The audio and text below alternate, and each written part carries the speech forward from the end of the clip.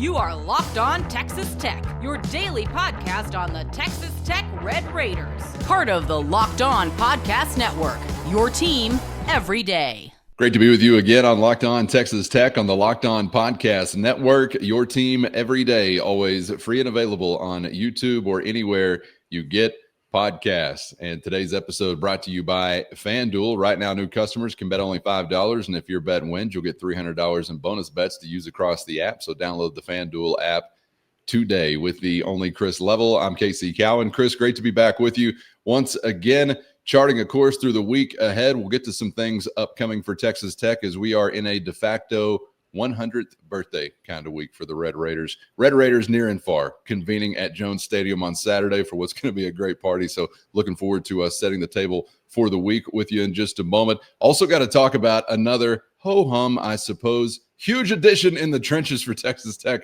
over the weekend. We got to work on the timing of these announcements, boys, because I want to throw a full party whenever 5 stars are signing up. Hell, even a 4.5 star every once in a while I'll throw a party for. So we're going to revisit what was a huge addition commitment-wise for Texas Tech that might have not gotten its just due over the weekend.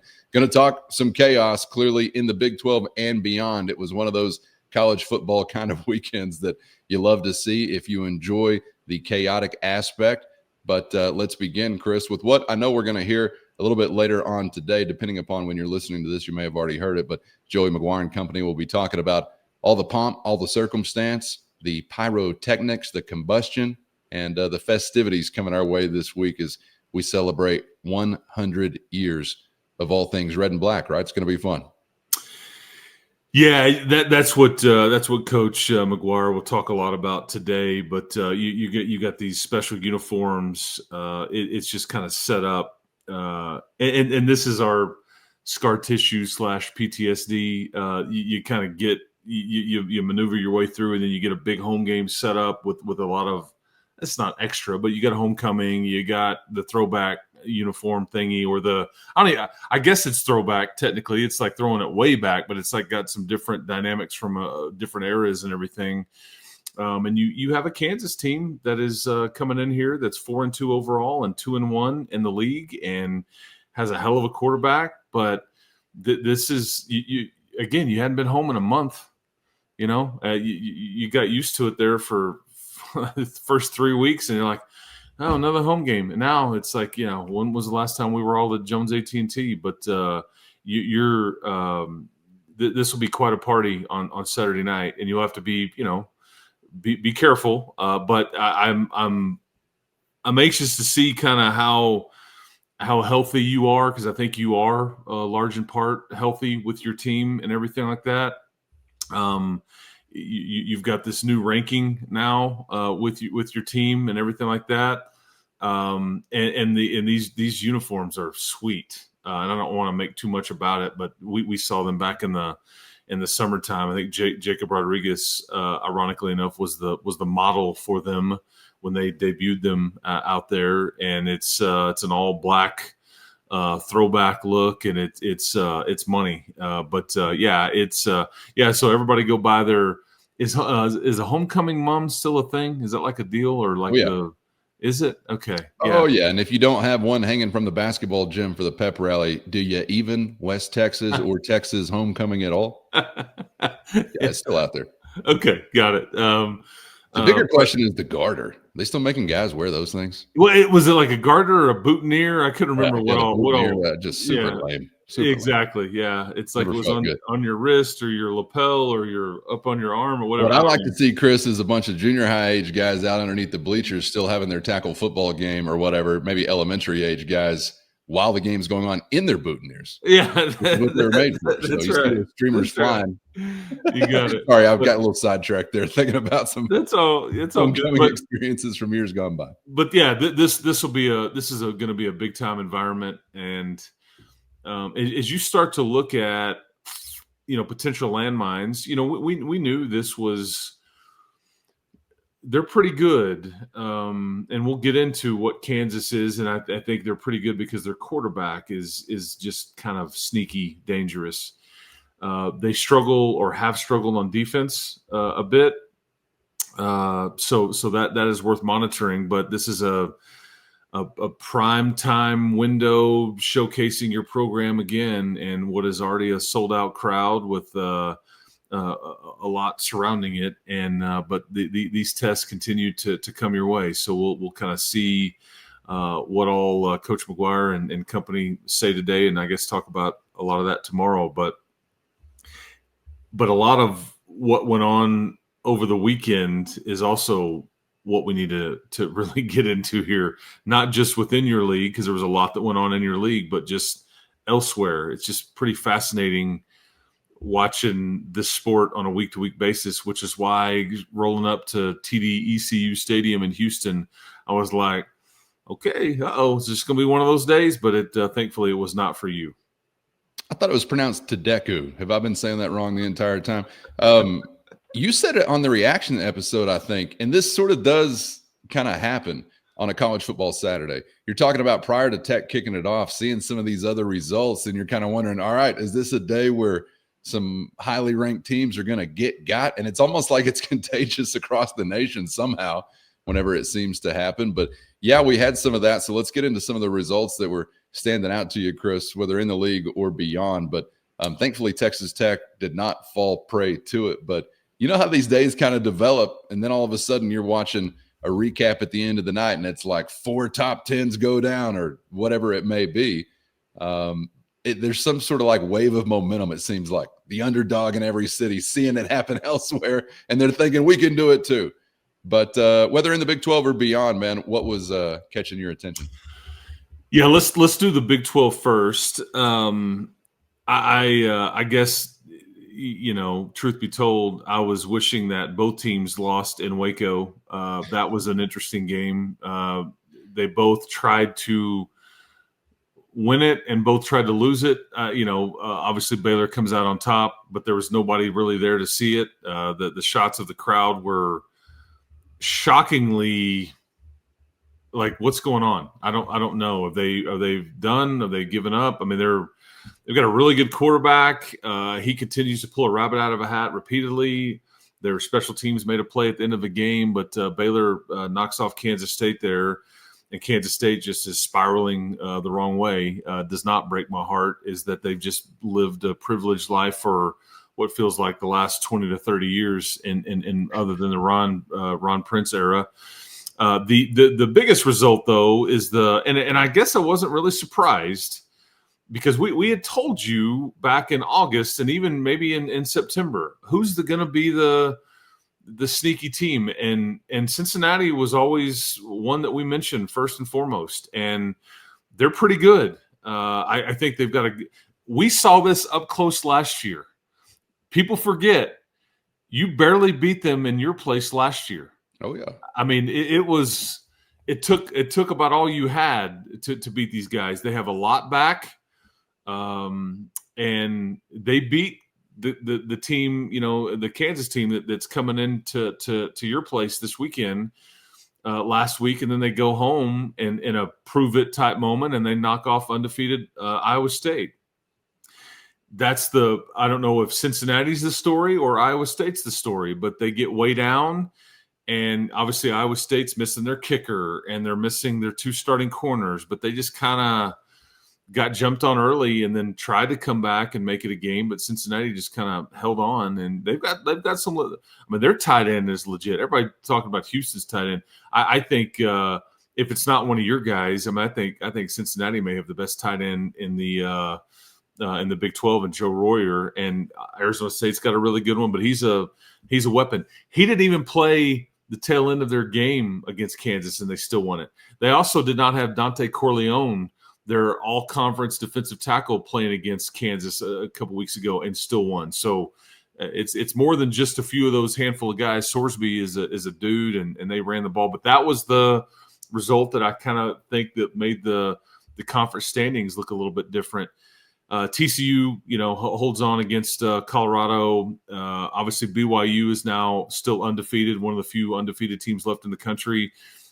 That is going to be one of your challenges now. They are, but here's what's coming up. You're about to get a lot of movement here at the top end of these standings the next couple of weeks. Let me just take you through this Saturday night, for example. You host Kansas, but they're in Salt Lake City at 9:15 Central Time. The Utes and the Sun Devils will go head-to-head. Somebody's taking a loss. It's going to be an extremely physical game, right?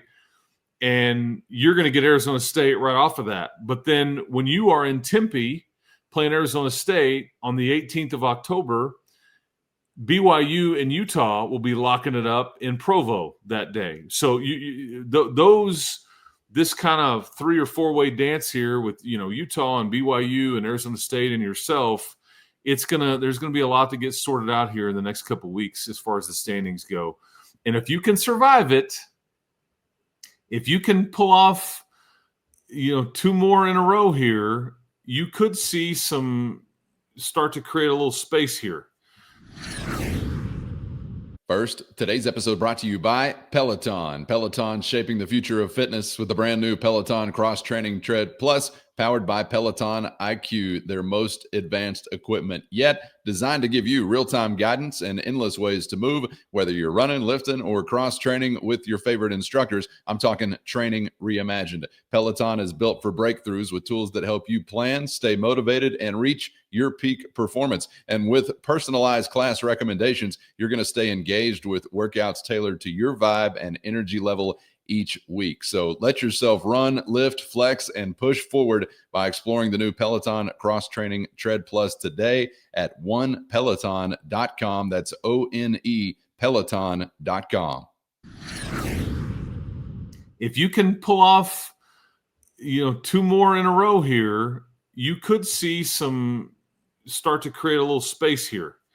But again, it's gonna take you winning a couple, because some of these games are going to be played. It's just good that somebody's got to take a loss, and I think you'll start to see a little space created. But these games are just going to keep getting bigger, and so don't overlook Kansas. Don't assume anything. You don't want to be part of the storyline of what we were talking about with like Penn State over the weekend, Texas over the weekend, Clemson's start to the season. LSU's dropped a few, heck, Miami and Oregon, like everybody thought, maybe the 2 best teams in the country right now. I mean, yeah, that's the way everybody had it predicted, but that's the reality of what you're staring at right now. One group clearly embarrassed over the weekend. Obviously that was the Longhorns, but another group as well, the Associated Press preseason voter. Yep. Also to El Salvador with you. I did make a case on the postgame patio report Saturday that maybe they should be locked up. And we released them, not eternally, but we released them like after 5 weeks into the season. All right, now you can do your pencil pushing and your voting and whatever. But you're in a supermax until that point in time, because your foolishness just can't be tolerated. I'm sure Florida's just really good, Chris. Florida's just really good, underrated, etc. And yeah, UCLA is really starting to figure it out and put it together. I'm sure. I have no doubt about that. And you can't blame a voter for that. What'd you make of opening up the week? I was making a guess at this Saturday night, Tech in Kansas. I was saying minus 13.5. I think I saw on FanDuel minus 14.5 for the Red Raiders to open the week. I mean, you're getting to a point, Chris, where you are, as far as the credibility, I guess, from afar, like I said on the show, for Red Raiders, obviously on the reaction show, for Red Raiders, belief is setting in that you've got a chance to do something really good. And I think clearly from a national perspective, that's happening as well, because, like when you're going to Salt Lake City and you're still kind of playing, I guess, you can play up this narrative in your locker room, underdog, nobody's believing in us, we're doubted, etc. That's going to kind of spin here as we get into some of these weeks. You continue to stack wins. It'll be interesting to see how the team handles sort of a different kind of challenge that way. Yeah, and Joey, this was something we talked about during the broadcast on Saturday as well. Joey's really messaged to his team, and he's going to kind of have to – this is where you find out a lot about how teams are wired, and coaches have to really get deep in their bag as far as like the messages that these kids hear week to week, because the tests get bigger, more important, and it's like, how much of your best stuff are you unleashing in week 3? Because you got to save some, or you got to. But what they heard last week, and he could double down here this week again. He won't need to pull out much for the Arizona State week. He just won't. But like, this is a week where it's like an arrogance versus confidence battle that you have going on internally. And he wants his kids to be confident, not arrogant. And that this is what as we talked about on the broadcast, this is what the team heard from him Friday night before the game in Houston. He had gotten some things from some fellow high school coaches, and that was really the gist. Arrogance versus confidence is a nasty internal battle sometimes, and Sure. and that's the battle that they will continue to fight right now.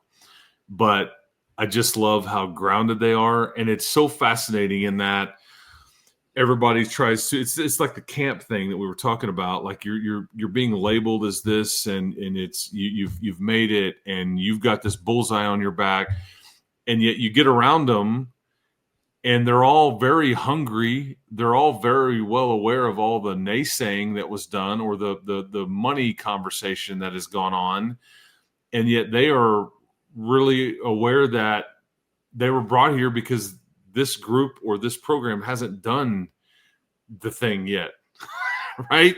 You haven't done the thing, and so while everybody is like, oh man, it now runs through Lubbock, or man, they're going to host a playoff game, or they're a shoe-in, they're this, they're that. You're 2 games into a conference schedule that includes a full 9 games. You still have 7 to go. And yet, so this group is still very hungry and motivated and all that. But that's the battle that Coach McGuire is facing right now. You're going to continue to be. I'm guessing you will be favored when you go to Tempe, but if it would be barely. And some of that's going to play out on the result from this weekend and the health status of various people and how Arizona State favors. But that's really maybe the only game that I would say you're not it would be a question mark on if you're favored in the rest of the regular season. And that's a scary life to live, but this is the air you're breathing now. That's the pressure you wanted, as opposed to it being the last 2 weeks of November and we need a 6th win kind of pressure. Yes. Yeah. So you're glad to be here, but it is a different kind of pressure. And I would say, I don't think I'm just crafting something out of nothing here, but I would still say that I don't think Coach McGuire in his era, his team has yet lived up to the big buildup at home, and then you go out and you smash and everybody parties late into the night. This is not your biggest home game, I don't think, stakes-wise. Still looking ahead to like BYU, but this is a big event, and we've had some of these home buildups with like Baylor coming to town before, and boom, you don't show up, you don't answer the bell. And this is the scar tissue you're talking about. Can I still say that sort of is a thing? I don't feel like I'm just making that up out of nothing. I still feel like that's a box that hadn't quite been checked just yet. I think okay, so you have 4 home games left. You have Kansas, you have Oklahoma State, you have BYU, and you have UCF in this order. The BYU is going to be the toughest game, but Kansas is easily the second toughest of the 4 remaining home games. But these are scary in that anytime you face a really good quarterback that can pull a rabbit out of its hat or keep a team in a game or take off and run and punish you, that's just a scary proposition. It doesn't matter how good you are on defense or how bad you've been on defense. It doesn't matter. That is still a thing until it's not. But yeah, the precipice of like really, because you want to set up a fun game in Tempe.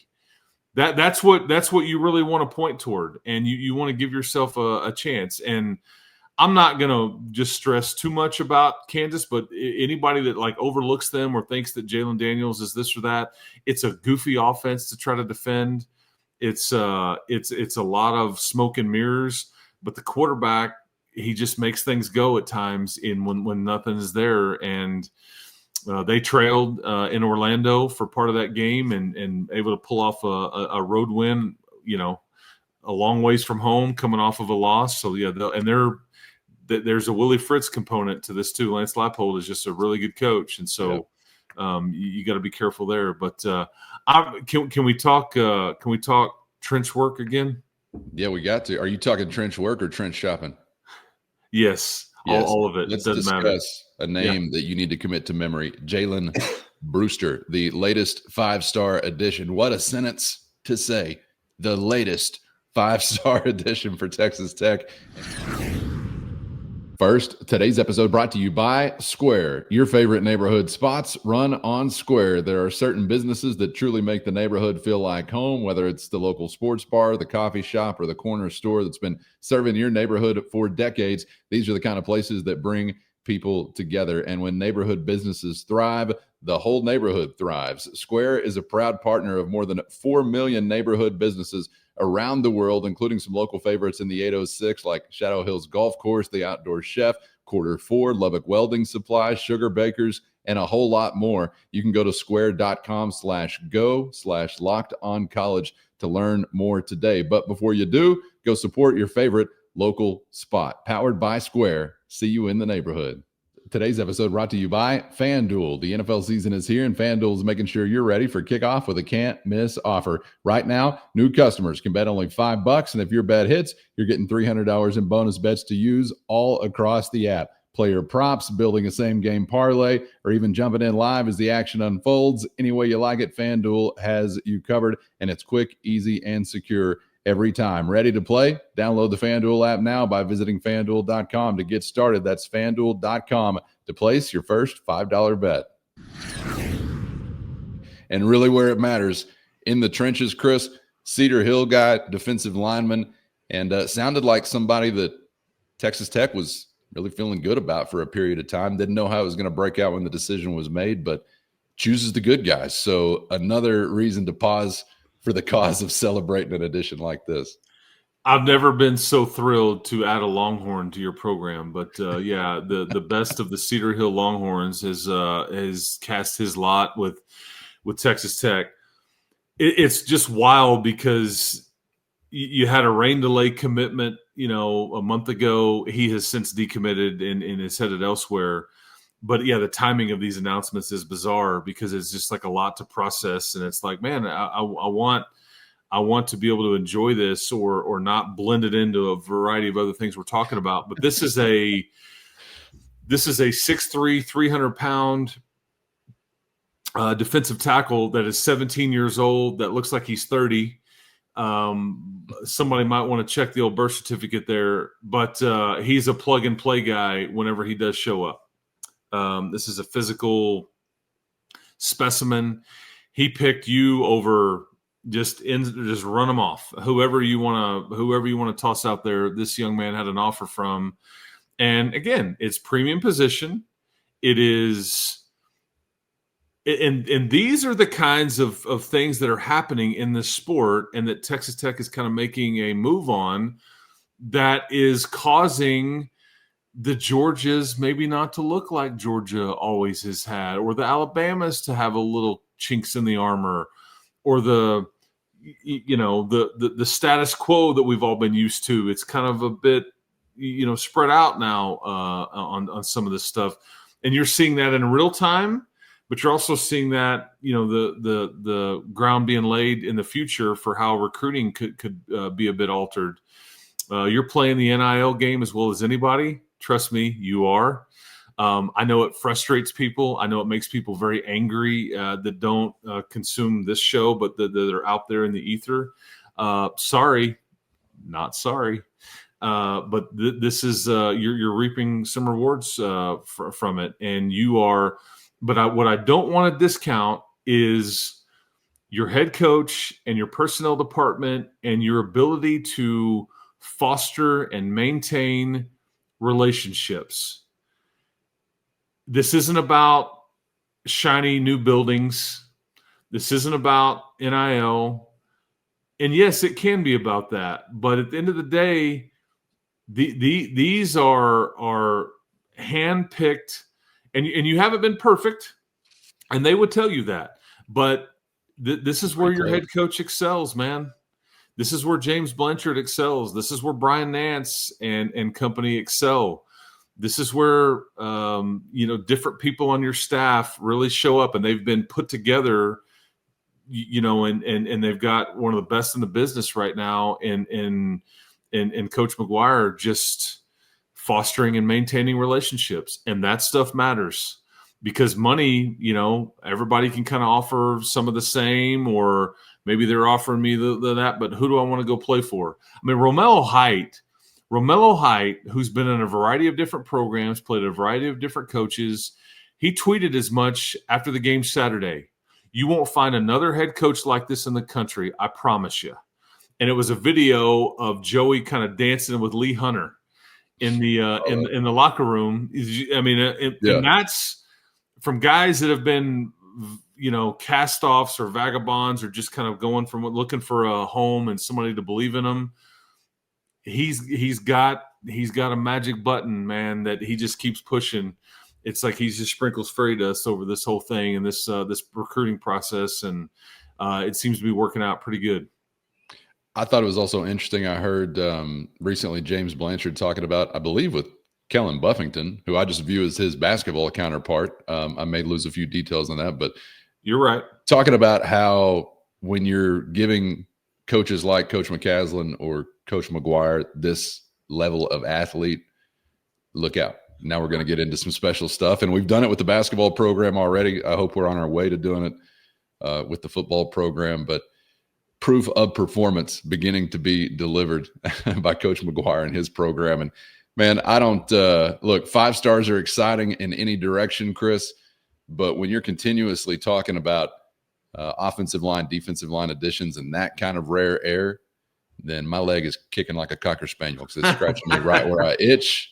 Yeah. And that will sustain your ability to be competitive and be successful on an elite level. So this is that's the fun part. Is this wasn't an all-in year and then okay, let's just see where it takes us. No, this is you're trying to be a thing here for the foreseeable future, and don't think you won't be playing in the portal again come January, because you will. At the highest of levels. But it's fun to see what they're doing from a recruiting standpoint. And again, it's specifics. It's offensive tackle, defensive end. Because if you want to feel good about stuff, watch what Felix Ojo and LaDamian Guyton tweet out about a guy like Jalen Brewster joining the party. That whole thing going on there, when like I want to play with good people and like they're helping recruit. All of it. You talk about kicking your leg and everything. Like that's a whole pet store full of Cocker Spaniels right there getting after it. Because seriously, man, that should make you feel really good about things. And maybe there's a quarterback on the horizon. I don't know. File it away is what that sounds like to me. And boys, any 5 stars watching who are envisioning a Red Raider commitment down the road, save it for the open week. Let us celebrate you for let's celebrate you for 5 days running. Or how about a Tuesday? Yeah, whatever. Yeah. Yeah, that's right. But hey, man, seriously, Jalen Brewster is a dude. But this is like, you couldn't even have gotten this guy to pick up the phone in other eras or things like that. But the Cedar Hill connection is real. The in-state connection is real. The premium position part of what he does is real. The relationship is real, which is why they tweet out real relationships. It's kind of the hashtag with Coach Nance and Coach Coach Blanchard. And then Joey, man. It's just it's a beautiful thing you've got going right now, and it's we're looking off into the distance, but I'm also worried about the right now too. No doubt. 2027 class, and I think according to most of the service rankings that I saw, top-rated defensive lineman in that class. So number 1, again, signing up to be a Red Raider. Again, what a sentence. What would the Eagles do? Latest, etc. Yeah, what would the Eagles do? That is you and I are Cowboy fans. I totally get what that meant with the whole Super Bowl thing and our boy Mahomes having to deal with a Super Bowl loss and all that. And the Eagles aren't quite what they were this year, what they were last year. But that you were just watching in real time what a dominant defensive line can do to a football game and to an opposition. And you're just going to continue to throw assets at this position. Can we work on a better reference, though? The Eagles, this was not their idea. No, but they just kept drafting. Russell Maryland. What would the Cowboys of the early 90s do? I'm uncomfortable with this Eagles credit. But that's what that was the David Bailey. That was the deal, and it was based on the Super Bowl because they just wrecked shop. Yeah. We're just going to rush for the greatest quarterback in the world. You don't get to do anything today, and we're going to win the world championship because of it. And so because they just drafted a whole bunch of Georgia guys that were really good. But again, the premise, I get it. I hate the Eagles too, but Philadelphia traffic became much more dangerous, but a much better defensive line. And yeah, someday they're going to just put the quarterback in bubble wrap, and you're just going to have to say, "I would like to sack you. Would you consensually go down for a sack?" But until then, killing the quarterback. Still the quickest route to team success, I think. And Texas Tech has made a lot of noise, obviously, there, and adding some more help to hopefully continue to make noise in the future. We're continuing to make noise this week, Chris. Appreciate your time as always, and looking forward to the next round. We'll get to a couple of different things on the next episode. Certainly along the lines of crimes against the family continuing. We talked about an opportunity to change those stripes, or is this just who you are last week? Well, we've got some more evidence in, so we will discuss that and, of course, much more coming up as we get ready for the Jayhawks coming to town for a 100-year Red Raider party. Looking forward to it, man. We'll see you then. I really respect the shot at former Georgia players and their record as it relates to speeding and reckless driving and all that. That was subtle and extremely well done. You're the man. You are the absolute man. Just for context sake. Yeah, that's right. I love it. That was you got to know. I bet most of our very educated, experienced audience they knew that was solid work there. All right, man. We'll do this again tomorrow and talk everybody through it and find out what Coach McGuire said, and we'll just kind of break it down. But big one coming up this weekend at home. Hopefully, it is a fun party to attend for everybody at Jones AT&T come Saturday night. Overlooking no one, an all due respect podcast. We're focused on the task at hand. Cartoon chickens fitting the descriptions of the next potential. It's a fake bird. Yes, it's a fake bird. It doesn't exist. Hanna-Barbera is where they got it from, I think. Shout out to Hanna and Barbera.